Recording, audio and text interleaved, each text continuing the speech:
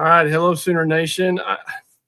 I don't know. Has anything happened with OU football? I don't think we've done anything. I'm so sick and tired of us not doing anything in the portal. Wait, that was last year. So this year, remember last year we were like, Giovanni Gibson, he's not going to play the butt crowd you. Yeah. Okay, that's my Isaiah Satanga. He wasn't even good at Arkansas. What do we need Arkansas? We're picking guys from Arkansas. Yeah, now we got another one this year. So, but that offensive lineman from Arkansas is a house. That should be the first dude off the bus next year. Well, him or our new tight end. My God, which one? They're all huge. Yes, exactly. It's like auditions for the mountain in Game of Thrones is kind of what we're doing right now up front, and I'm all for it. We can get Gregor and/or Sandor going. We can go Mountain Hound, whoever, but as long as that's where we're going with this, I'm 100% good with it. But no, all jokes aside, Jeremy, this is what we think we pay Jim Nagy for. Now, we're not going to know for sure until, August, September, October next year. But what we're doing right now in the transfer portal and with our own roster is exactly what most of Sooner Nation has been clamoring for. Absolutely. And me and Steve were talking before we got on. I said, this is what everybody wanted. I said on our friend group the other day, I said, if anybody's complaining about what's going on with our program, then you're just a hater. And our friend Nathan always says, I just win. And I said the other night, we first get the players, then we work on building the program up. And that's really to be as close. I know this is Lincoln Riley's statement, but to be as close as we were last year, make it to the playoffs, big improvement from the year before. Pieces. Now we can put pieces together instead of just saying we need to do just redo the whole team. So I think it's putting pieces together. Something I think is probably underreported. And if you're a loyal listener out there, we talked about this last year during transfer portal time.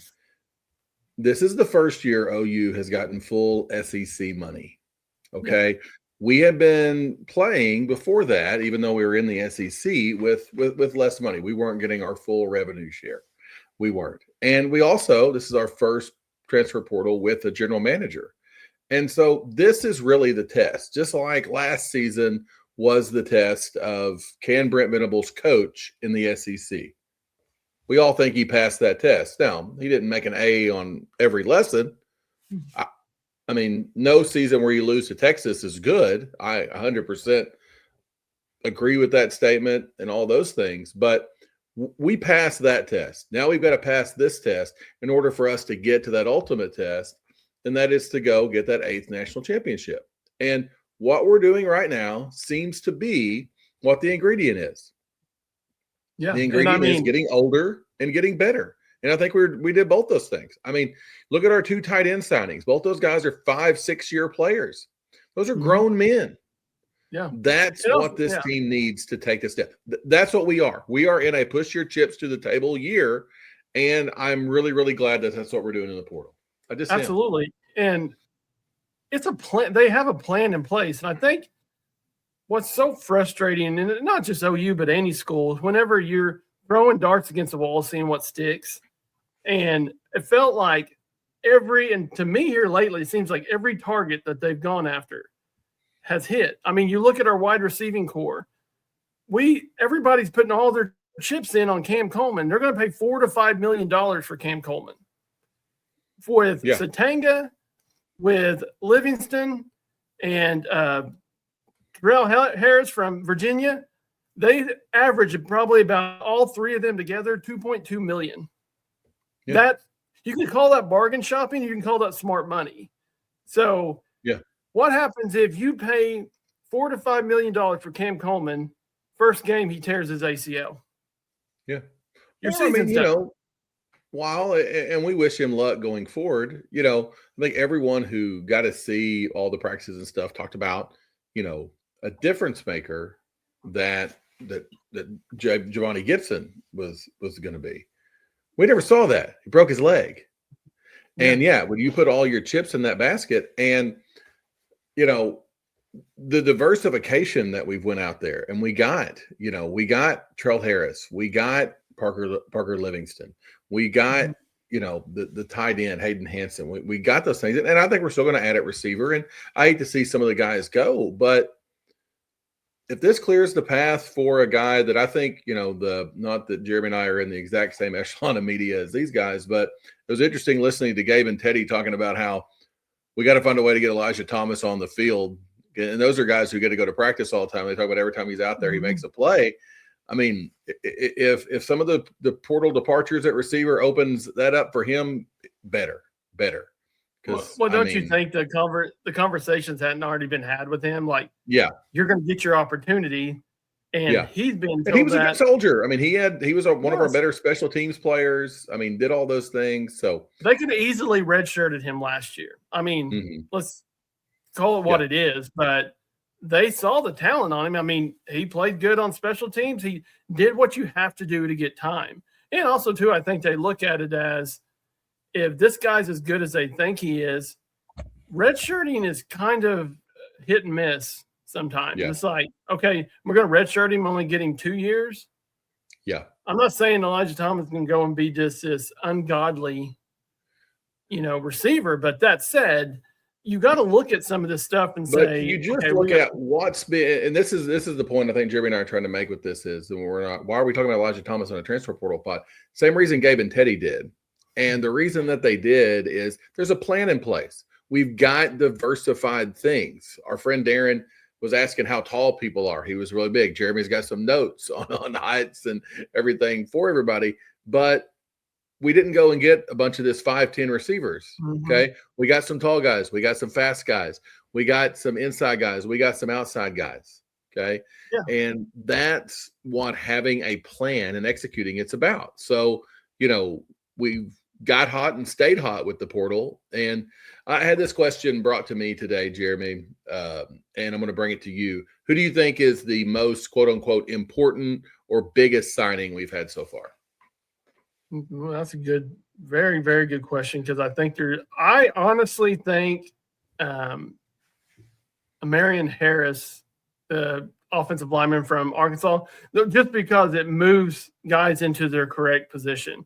Like they can put him at tackle and move Foje into guard where he's comfortable playing, and gives you another offensive lineman. What's good is having depth at the offensive line. If we've learned anything from these last 2 years, it is having depth on offensive line can help improve your offensive line. But also too, they've gone after and got these blocking tight ends, because what helps a running game? Tight ends that can block. What we haven't had since Mark Andrews? A blocking tight end.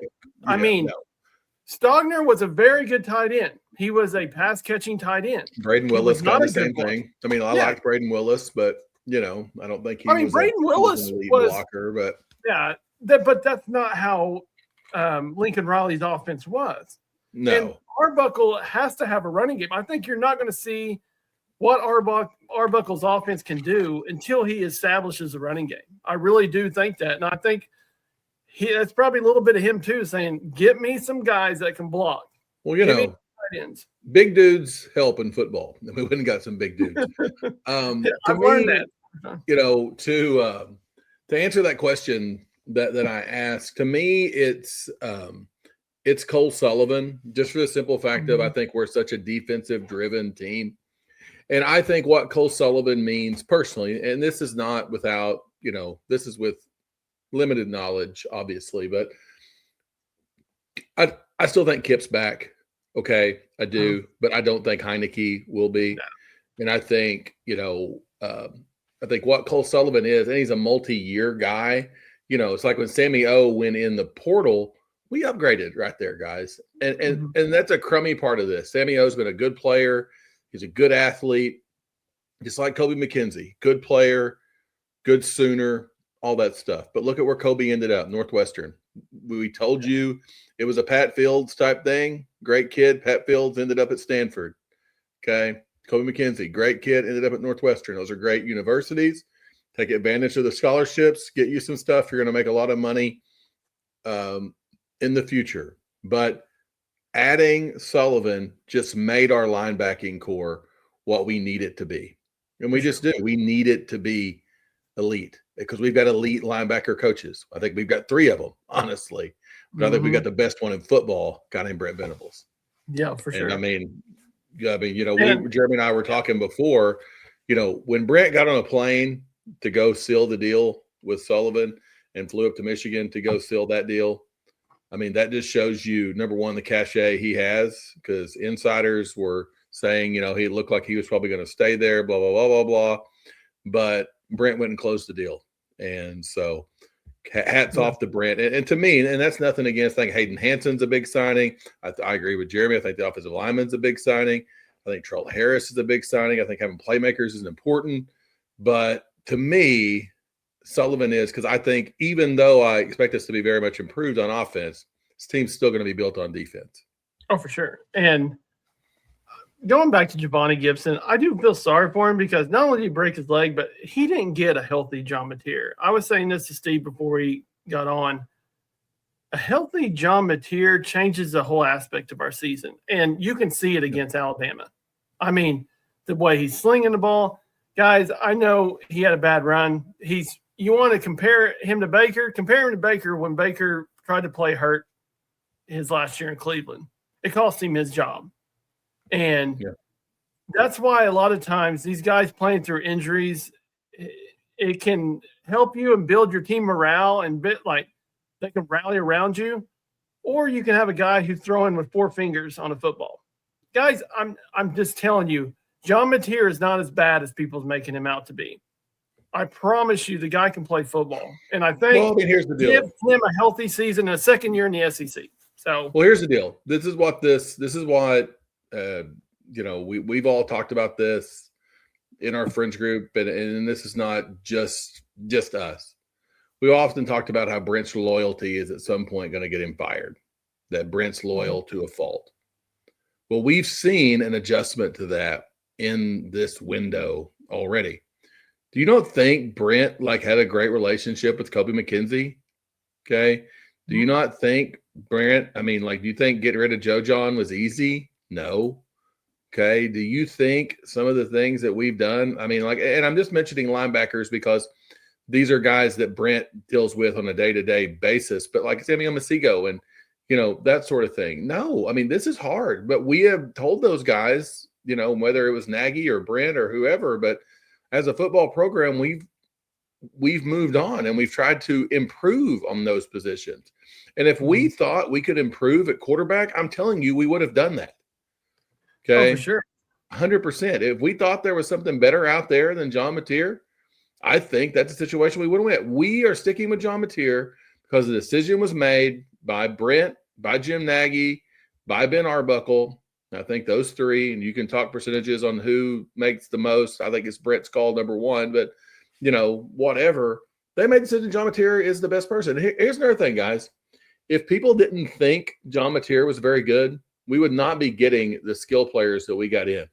We would not get in a Parker Livingston last year, okay?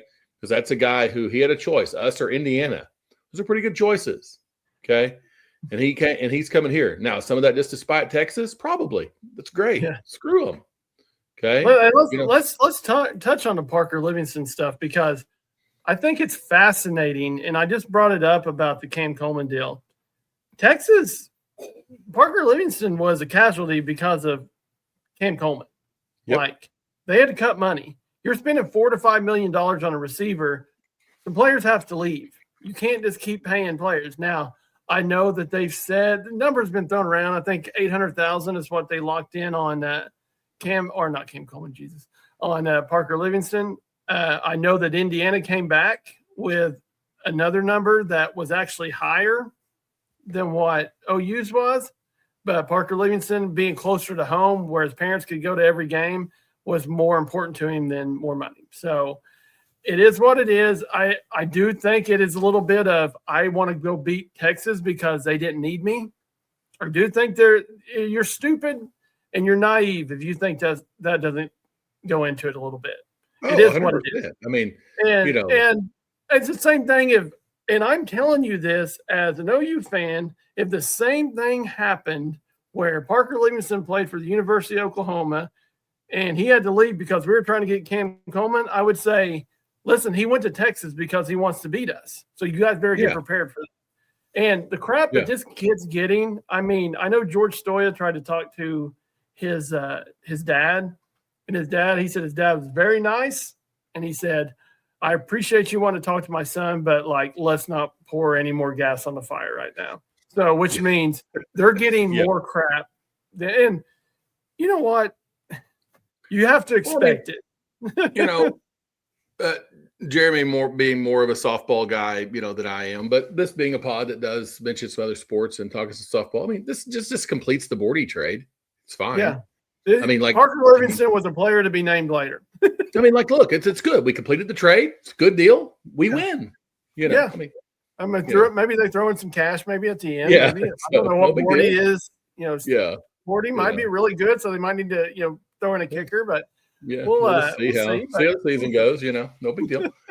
But I just wanted to bring that up because I understand Texas fans getting upset, but you got to realize now college football is a business. It is no longer college athletes. These are semi-pro athletes.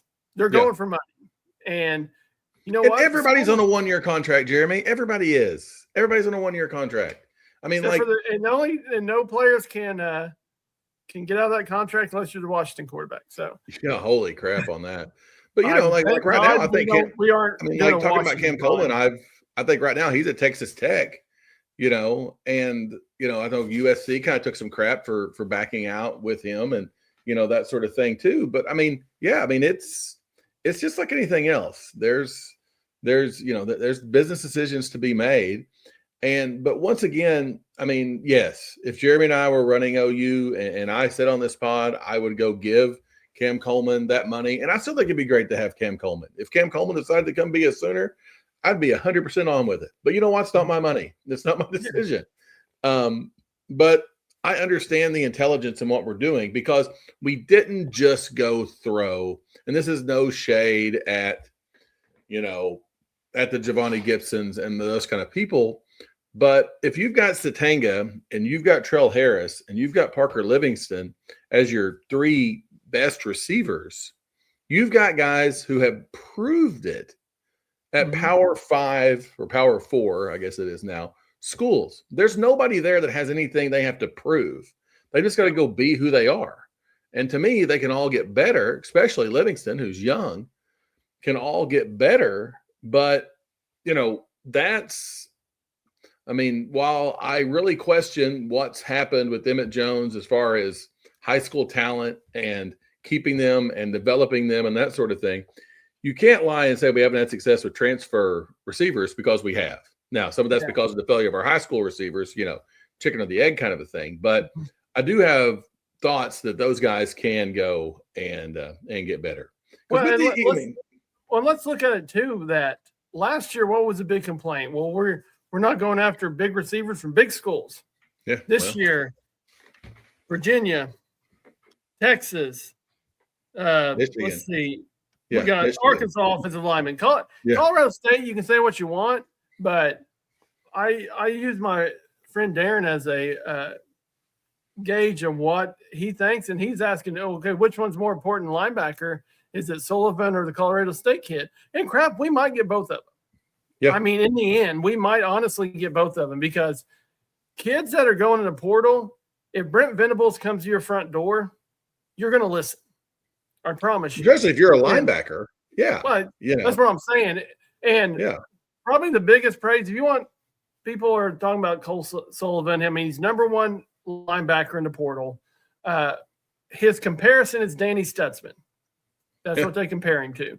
Yeah. So I wouldn't mind having another Danny Stutzman in the middle. I said this year, I go, man, I would have loved to see what this defense looked like with Bowman and Stutzman.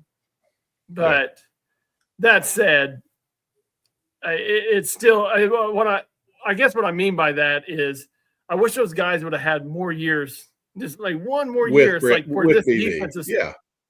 This defense is forming into his identity. And Stutzman and Bowman, those guys got better every single year. I mean, they're playing professional football, so it's not like he didn't get him there. But that said, what I mean is Sullivan is, if he's like Danny Stutzman, well, maybe this is kind of like let's get another year with Danny Stutzman. But he is a good football player. And those are guys that you want on your side. And they compare him to Danny Stutzman because they said he's so loyal to Michigan. I was listening to the Morning Animals this morning going to work, and Kerry Murdoch said, I don't think Sullivan's coming here. I think he's going to stay at Michigan. He likes the new staff. And he's just really loyal to Michigan. I think he's just going to stay home. And Brent Venables got him. So if that tells you anything about how Brent Venables recruits, the guy's a closer. And Jim Nagy's a closer. I mean, proof's in the pudding, right? We've seen it. This portal season will show you why people were worried about Jim Nagy coming to Oklahoma. Yeah. A little bit of an aside, something I read that's just to keep track and not to throw any water on our fire or cause any bedwetting or anything. But, we just have to make sure that Nagy doesn't do too good of a job that we end up losing him. There's a little bit of concern, him being an NFL guy is, would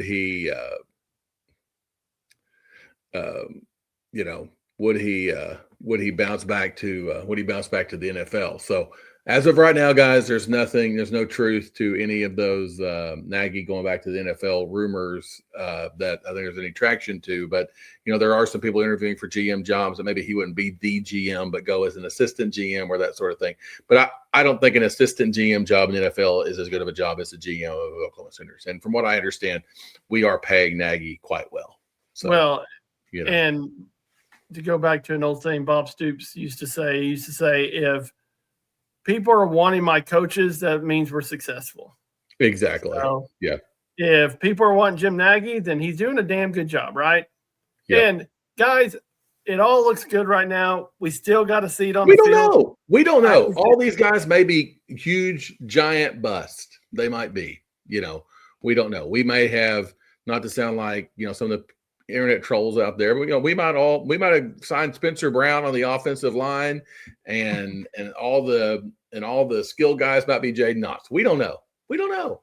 But that being said, we certainly don't feel that way. Now, Jeremy, is there anybody we haven't talked about that you feel like we need to talk about? Wouldn't you say how do you pronounce his last name? Caleb Nitta is a center. Yeah, we had injury problems and we're moving. Michael gets hurt and we don't have a center. Holy crap, what are we going to do? We're moving guys. That's why I probably always go to the offensive line, is because it's good to have depth, because when you have injuries, which offensive line seems to always be the biggest position where we have the injuries, it's nice to have somebody that can come in. Then it can probably come in and start. Now, I don't know if he will. I think Michael will probably end up. Yeah, and he was one of the highest rated guys in his conference. He's a guy who bet on himself a little bit. He was originally a walk-on at Virginia Tech, did earn a scholarship at Virginia Tech, but didn't really play. Then transferred out so he could play, and then graded out really well. And now he's at Oklahoma. So this is a kid who's bet on himself a couple of different times, and it's worked out. So I think kids like that, that sounds like, no offense to, some of our plethora of linemen who are hurt all the time, but I'd much rather have this guy as the two Jakes who never played.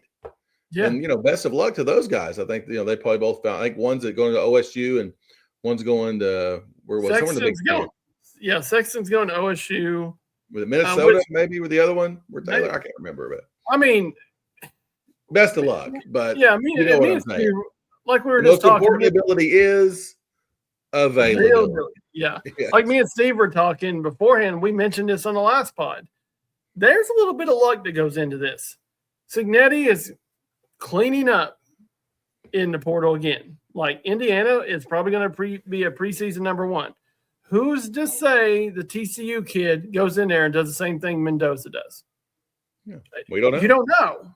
And the thing is if Cignetti keeps doing what he's doing right now, the dude's not going to be in Indiana. He can say what he wants. He loves it there. His family loves it there.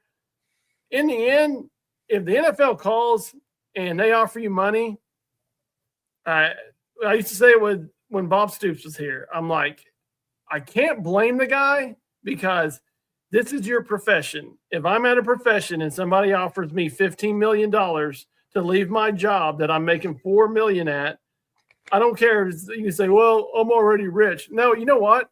My job is to make as much money for my family as I can. So that's why we're doing this illustrious podcast, folks. We're trying to, get into, and also too, before we move on, we're trying to get to 500 subscribers on YouTube. What are you guys doing? You're listening to this awesome podcast and what we're putting out, and you're not subscribing, for crying out loud. I'm tired of telling you guys this. All right.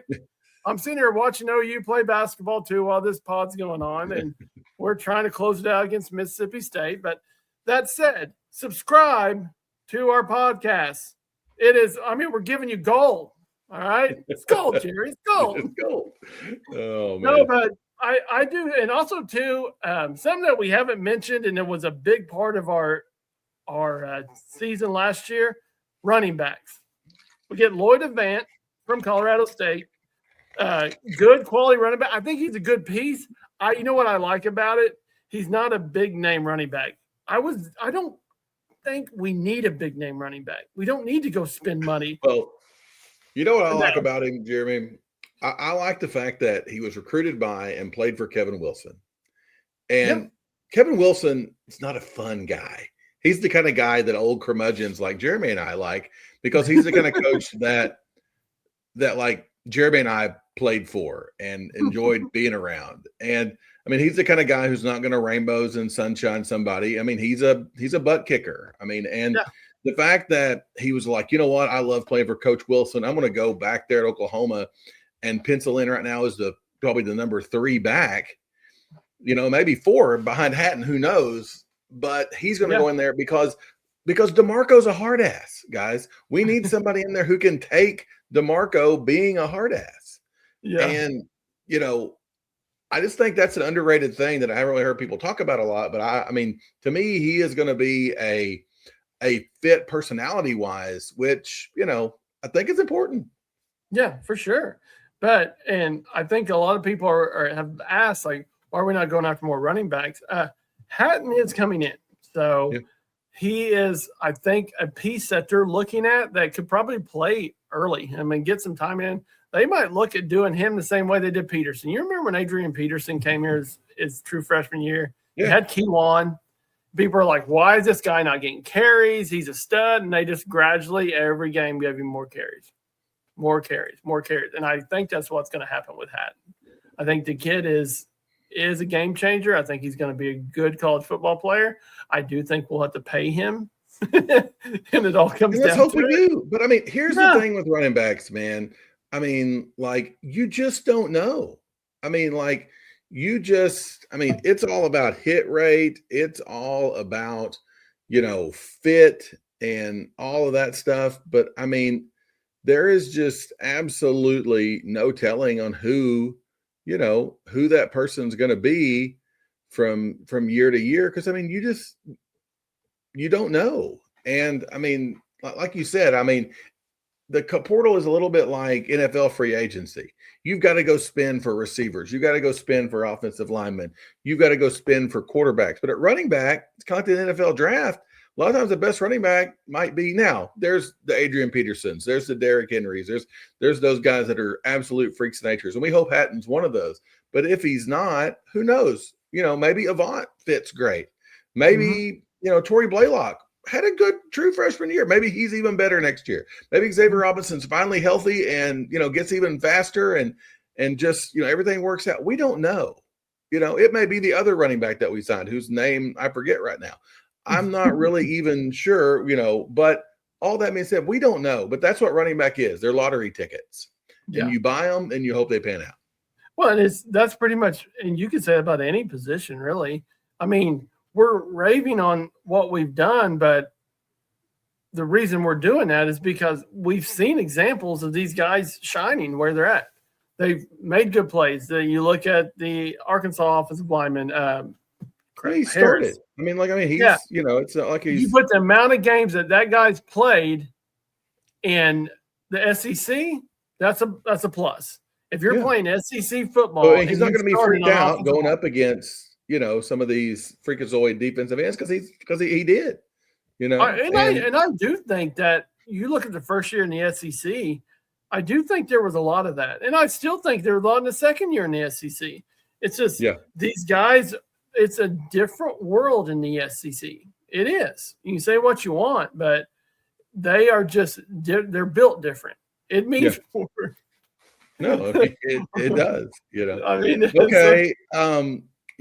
Hopefully by the next time that we're on, we've got even more guys to talk about. I think we will. I definitely think there's going to be some more things come through. Like Jeremy said, we're trying to muddle through this Mississippi State ugly basketball game that Oklahoma has entwined themselves in, and hopefully we can talk about how we won ugly at the end of that. But going forward, Jeremy, is there anything else you want to hit on before we kind of sign off here? No, I mean, not really. I'm extremely impressed with what we've done in the portal. Like, I don't think I can say any more. I can't sunshine pump it any more than I have, but it's just everybody complained last year about what we did in the portal. And I think it was Steve it might have been the last game of the season, we got beat by Alabama. We said, well, this is a full season of portal with Jim Nagy. Yeah. And if this is what we get, the guy's good at his job. You can say what you want. I go back to the story my sister-in-law told me when she said that they were last Saturday interviewing a coach. Guys, I don't know who it is. I've looked it up. She's tried to explain it to me. She didn't know who it was. I didn't know who it was. But she said Jim Nagy came in and goes, tomorrow I'll show you my Super Bowl rings. Yeah. So it's like the dude's got that aura in him. And I think he's just the confidence. When you have that much confidence in yourself, people want to come there. Like when you look at somebody and you say, you can come here if you want. If you don't, then we'll just leave you behind. Well, it's when LeBron, during the decision time with LeBron and, allegedly in that meeting, Pat Riley just walked in they'd rented out this big thing. LeBron sitting behind the desk. Pat Riley walks in, takes his 5 or 6 NBA championship rings, throws them on the desk and says, if you want to get some, I'll have a contract sent to you. If you don't worry about it. Picks his rings back up and walks off. And I'm not saying that's what Jim Nagy's doing, but that's a pretty freaking baller move. And it is. That's the kind of stuff that gets responses. And so when you can show a college football player your Super Bowl rings or a coach or anything like that, in the end, that's a lot of times the end games, especially for players. And some guys are they're college football coaches, and that is what it is. But players, the end game is they want to be a professional football player. Yeah. So that's but there's no complaints. And I feel like if any OU fans are out there complaining about what we're doing right now. I would say the biggest complaints I see is, sometimes anytime we lose anybody in the portal, they're still complaining about that. They want to keep everybody and do that. It don't work that way. And that's just not how it works. And then the other thing is, I've seen some people say, well, we're just not good enough at quarterback. Why aren't we bringing in somebody to compete with John Mateer? And I just don't think that's a viable thing, guys. I mean, you have to think about these positions that are out there.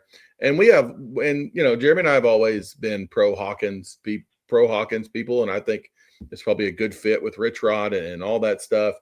But when Mike Hawkins can leave and go just get a starting job, that tells you about the dearth that there is at quarterback. So there's not going to be somebody who's better than Michael Hawkins, who's I just want to go in there and be John Mateer's backup.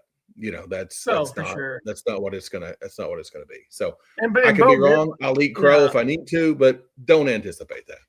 And Bo Bentley is the future. He's the next guy. He will be. And here's what's going to happen. If something happens to Mateer with his thumb, and we go in another situation, Bo Bentley will go in and start playing. Yeah. it's something where it's just like he gets banged up, they will not bring Bo Bentley in. Their plan is to redshirt him next year. He's going to get a lot of the same treatment Hawkins got. Be prepared to see Whit Neubauer or Jet New. And if Jet New was, they are big on Whit Neubauer? Is that what his name is? That's they're fine with bringing him in spot duty if they need to. Yeah. But Bo Bentley is emergency only. But I'm just telling you, that's why there's not a running. Whit Neubauer is Patrick Fletcher. R.I.P. Okay. Yeah. There will never, ever be anything bad said about Patrick Fletcher. No, I mean, I don't mean that in a bad way, Patrick. I know, but if you want bad talk about Patrick Fletcher, you better go to another pod. Go to a different pod, guys. This isn't that and Top Dog. There will not be any bad talk. No, Top Dog will no besmirching of Top Dog. I'm besmirching this Sooner offense in basketball, but this looks. I know we were raving last pod about how great their offense is, and they've got 39 points right now in make a stinking shot. But anyway. Yeah. There's nothing great like live talking about a game that will be over by the time this is posted. So we won't do any more of that. Let's go ahead and let's finish the pod out by just doing play-by-play of the OU. Yeah, exactly. Toby Rowland, watch out for your job. We're coming after. Yeah, right exactly. Real quick, Jeremy, who are your two winners in the semifinal games? I think Ole Miss. Okay. And Indiana. I just feel like I'm going to Indiana, Miami, but I mean, Is it? Wait a minute. Ole Miss plays Oregon. Okay, yeah. Wait a minute. Indiana Ole Miss plays Oregon. Yeah, Miami plays. I'm sorry. Ole Miss plays Miami. Ole Miss plays Miami. Indiana plays Oregon because we got the two Big Ten schools playing, and then we have the SEC and the SEC playing. So anyway, as confusing as that was, and any followers we haven't lost, please go ahead and, like Jeremy said, subscribe. Email us at soonercast@gmail.com. We better get off here before we screw this up anymore. Thanks for listening, guys. Boomer. Boomer Sooner.